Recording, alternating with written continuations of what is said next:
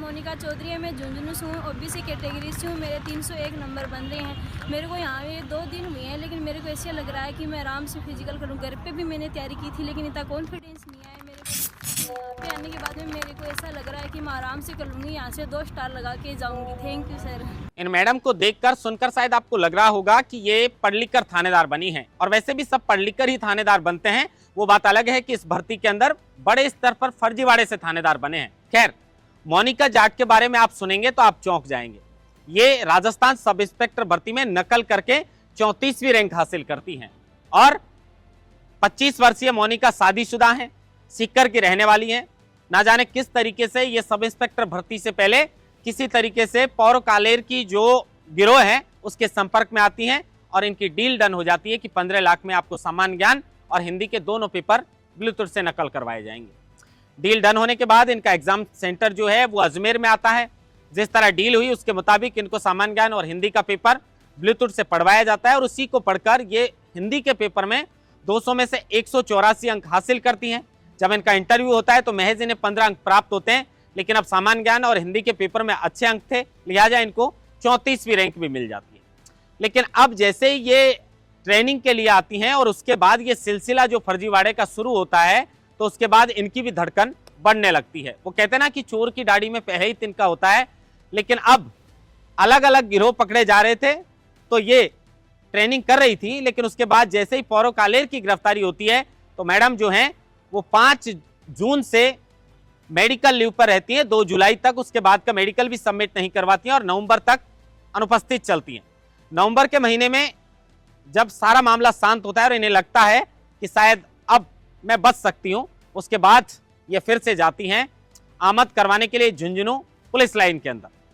अब ये प्रार्थना पत्र आपको स्क्रीन पर दिख रहा होगा, जिसमें ये आमद की प्रार्थना पत्र लिखती हैं। उसमें 20 लाइनों के प्रार्थना पत्र में वो सब इंस्पेक्टर, वैसे आप फर्जी सब इंस्पेक्टर हैं ये, जिन्होंने हिंदी में 200 में से 184 अंक हासिल किए हैं, और 20 लाइन के प्रार्थना पत्र के अंदर 13 शब्द अशुद्ध लिखे हैं, जो शायद 10वीं का बच्चा भी नहीं लिख सकता। अब इसके बाद एसओजी के एडीजी जो है विके सिंह, वो पहुंच जाते हैं अपनी टीम को लेकर झुंझुनू पुलिस लाइन, और उनके शिकंजे में मोनिका जाट फंस जाती है। इन्हें गिरफ्तार कर लिया जाता है। अब ये मोनिका की इस पूरे सब इंस्पेक्टर भर्ती मामले में 52वें नंबर पर यह गिरफ्तारी हुई है।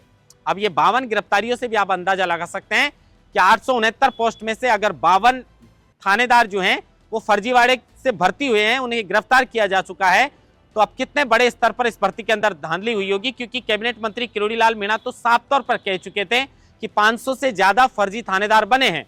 अब उनमें से 52 तो ये पकड़े जा चुके हैं, और वो तो अभी भी दावा कर रहे हैं कि मैं किसी भी तरीके से इस भर्ती को रद्द करवा कर मानूंगा। और सरकार के अंदर भी जैसे इस मामले को लेकर जगदीश बिश्नोई की गिरफ्तारी हुई थी तो सरकार की वाहवाही होने लगी थी कि किस तरीके से शायद इनकी गिरबान तक कोई पहुंच नहीं सकता था, जिन्हें राजस्थान सरकार ने और एसओजी ने गिरफ्तार किया है। लेकिन उसके बाद बड़ी विफलता यह भी थी इस सफलता के साथ कि सुरेश ढाका अभी भी एसओजी की गिरफ्त से जो है वो बाहर है। खैर, इस मामले को लेकर हनुमान बेनीवाल ये भी दावा कर चुके हैं कि सीएम आवास के आसपास कुछ आईएएस अधिकारी हैं, कुछ मंत्री हैं, जिनके महिला मित्र इसमें सब इंस्पेक्टर बन गई हैं, और उसी के चलते इस भर्ती को रद्द नहीं करवाया जा रहा। खैर, हनुमान बेनीवाल की बातों में कितनी सच्चाई, और वैसे भी वो देश की सबसे बड़ी पंचायत के सदस्य हैं, सबूत होंगे इसलिए ऐसी बातें की होंगी, आने वाले समय में उनका भी पता चलेगा। लेकिन बड़ा सवाल यह है कि इस भर्ती को आज तक रद्द नहीं किया गया है, और न्याय का पहला दरवाजा होता है जहां पर हम दस्तक मारते हैं, वो पुलिस थाना होता है।